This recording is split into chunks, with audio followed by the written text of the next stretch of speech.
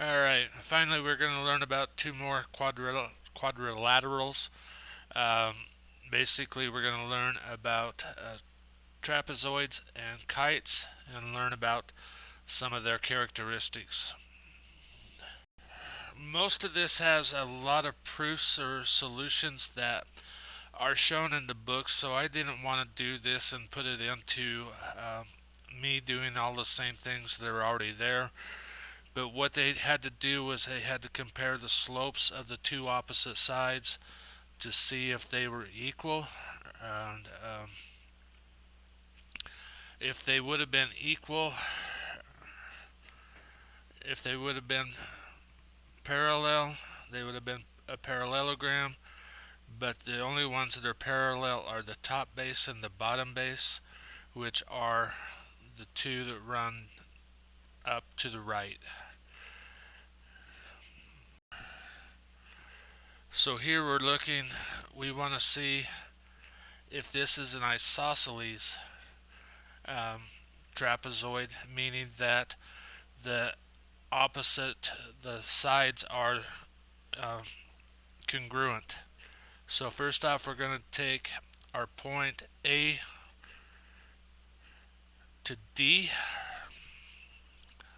So we're going to have the distance formula, and we're going to have -5 plus 2 squared, and then we're going to have 6 minus 2 squared, and we're going to add those two together, and we get square root of 25, which is equal to 5. And then we want to take our BC and find the length of it, which we're going to have 4 minus 4 squared, which is 0, plus 9 minus 4 squared, which is 25. Square root of 25 is 5. Now we need to take and make sure that AB and DC are parallel to each other. So we're going to find the slope of AB, which is going to be 6 minus 9, and -5 minus 4, which is going to be -3 over -9, which is going to be 1/3. And then we want to find the slope of DC, which is going to be 4 minus 2 over 4 plus 2, which is going to be 2 over 6, which is also equal to 1/3. So this parallelogram is an isosceles trapezoid. Parallelogram, quadrilateral. Alright, so some theorems. The base theorem. So the two that are parallel are called bases. If the trapezoid is isosceles, then the included angles of each base are congruent. So angle B is congruent to angle C, and angle A is congruent to angle D. If you have one side that is congruent and a base angle, you are also going to be an isosceles trapezoid. So if angle A and angle D are congruent, that's going to make angle B or angle B, angle C congruent. And the diagonals here, again, much like is in a rectangle, would be congruent if it's an isosceles trapezoid. So again here we're looking at a trapezoid, and we're proving that different angles are measures of different angles. You'll see that the parallel lines are KL at the top and JM at the bottom, and that they have the side KJ and LM are congruent, and you can look through that proof. Remember, proofs and all of the solutions are in the Canvas materials for the class. So if EG equals FH, is this an isosceles trapezoid? Yes, it is, because that's the converse theorem, or the diagonal theorem. If they are equal, then it's isosceles. And if the measure of HEF is 70 degrees and FGH is 110 degrees, is this isosceles? So we know that, I'm going to draw this just a little bit out of scale, trying to draw the same one. We know that this is 70 and we know that this is 110. We also know that this is 70 because that has to be there, and that is 110. And because of interior angles, consecutive angles are supplementary, they add up to 180 degrees. This is an isosceles trapezoid.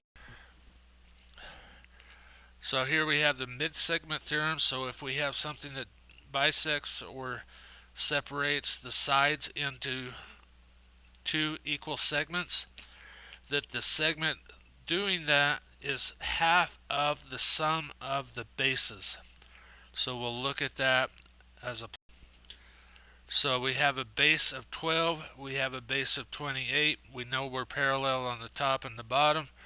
So, and we know we bisect into different qualities. So we have 12 plus 28 divided by 2 is equal to 20. So MN is equal to 20.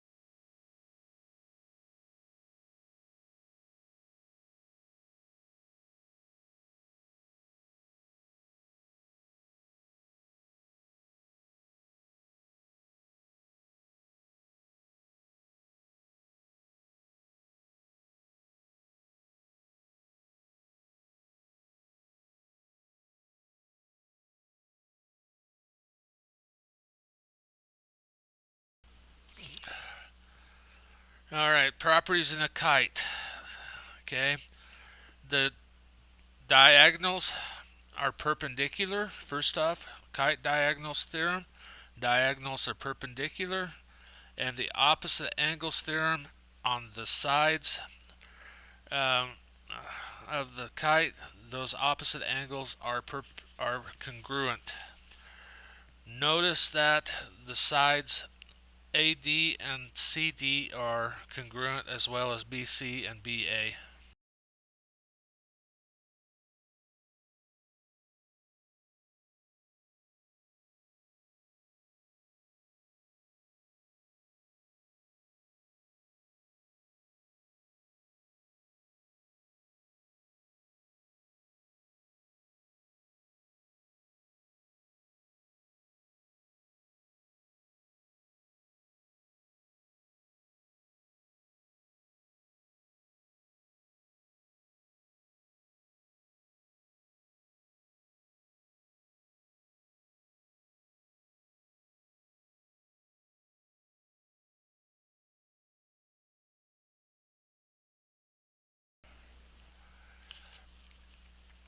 So we have measures of the angles of the kite.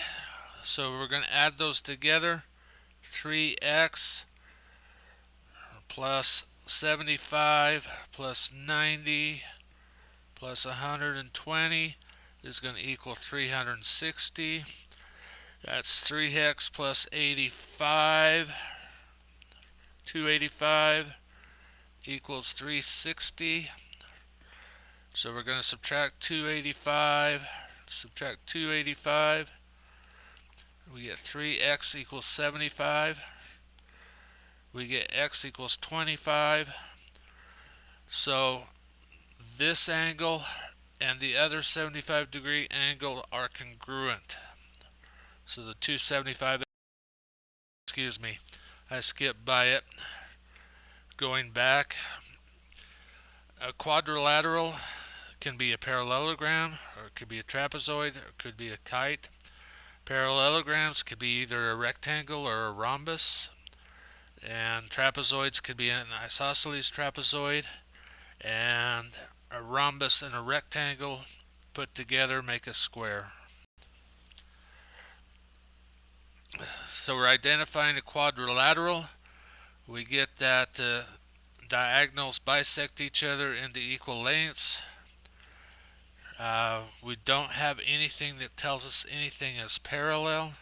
We don't have anything to tell us anything else.